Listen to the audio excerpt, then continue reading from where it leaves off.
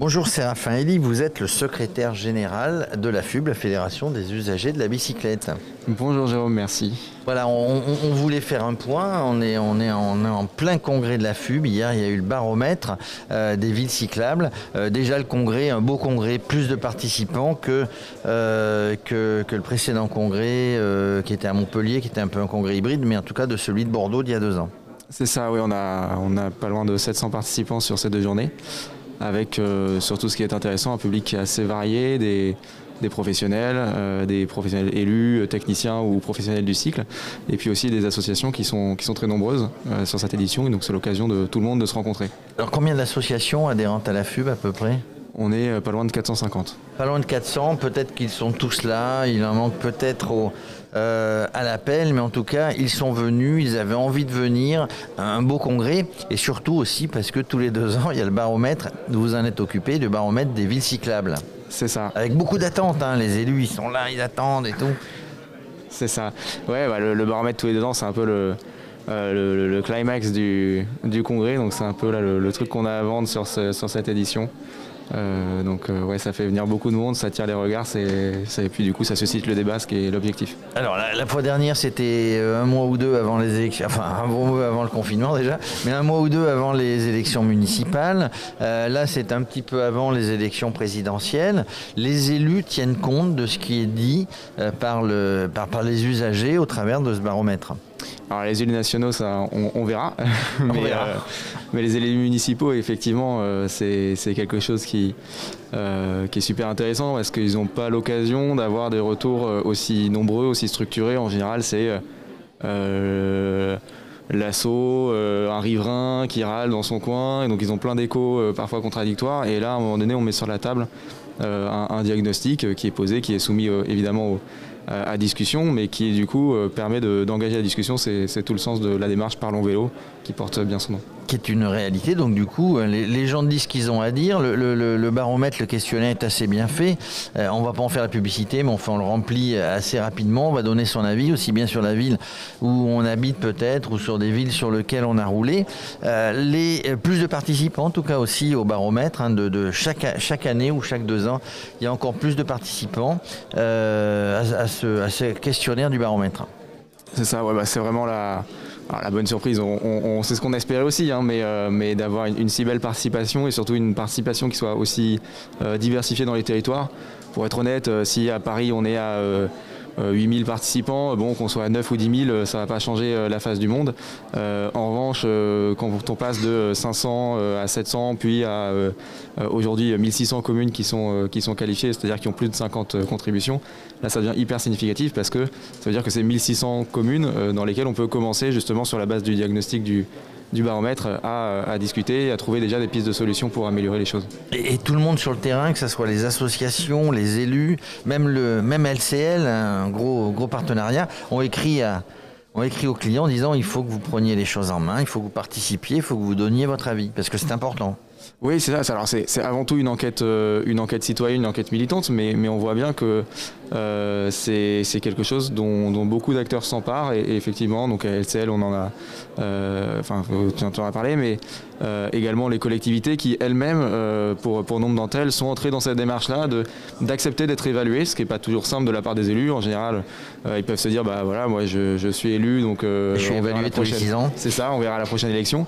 Mais là, voilà, d'avoir un point au début de mandat, c'est toujours plus simple en début de mandat qu'en fin de mandat, mais voilà, d'avoir des points d'étape réguliers où on a l'occasion clairement d'être évalué en fait. Alors sans parler des résultats des villes, il y a eu des belles progressions, il y a eu en termes de gens qui ont répondu, il y a des choses un petit peu nouvelles, il y a des choses qui ont avancé, les femmes peut-être, etc.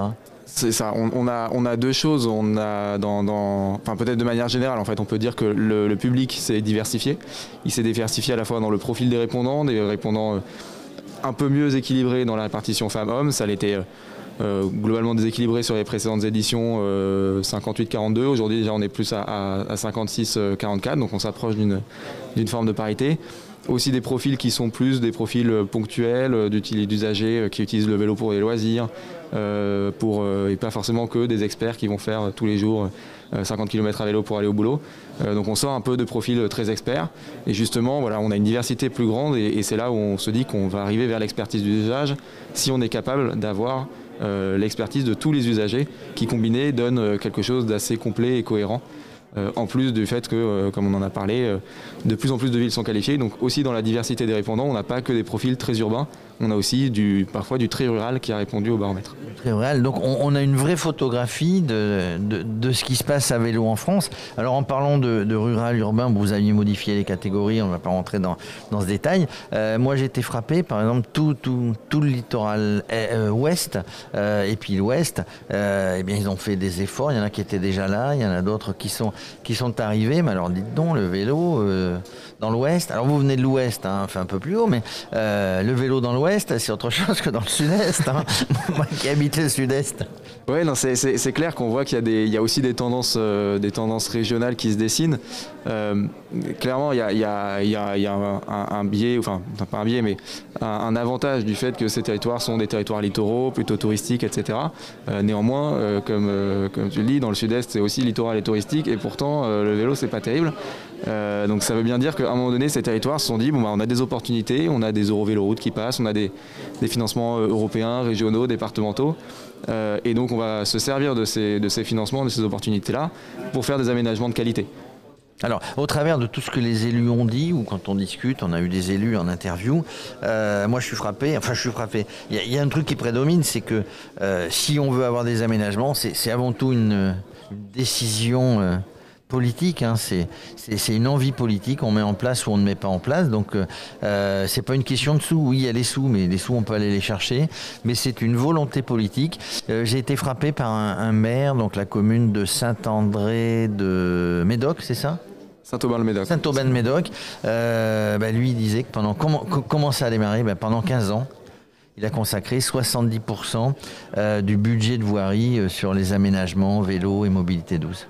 Oui, c'est aussi un des enseignements de ce baromètre de manière générale, c'est que celles qui réussissent le mieux sont celles qui ont aussi une politique qui est cohérente et cohérente dans le temps et dans l'action. Saint-Aubin-de-Médoc, c'est un exemple qui est super intéressant parce que en plus de ces aménagements cyclables, ils ont aussi mis en place un vélobus qui est porté par la municipalité avec des agents municipaux qui l'animent.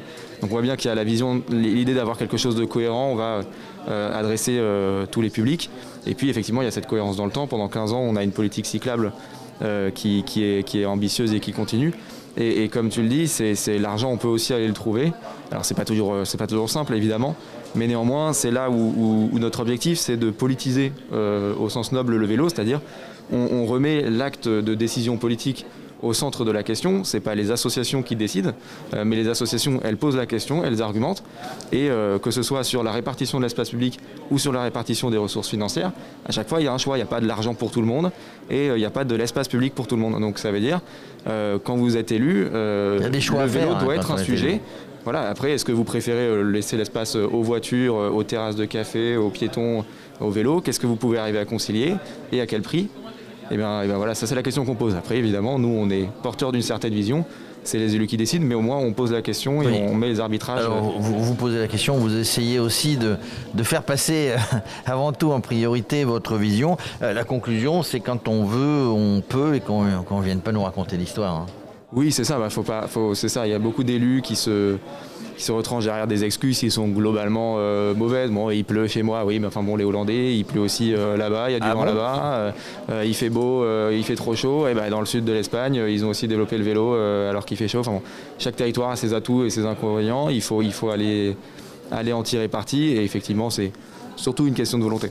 Donc voilà, mesdames et messieurs, les élus, ce n'est pas moi qui l'ai dit, c'est Séraphin Elie, secrétaire général de la FU, il a dit il faut la volonté, voilà. Mais j'étais d'accord à 300%. Merci Séraphin Elie. Merci.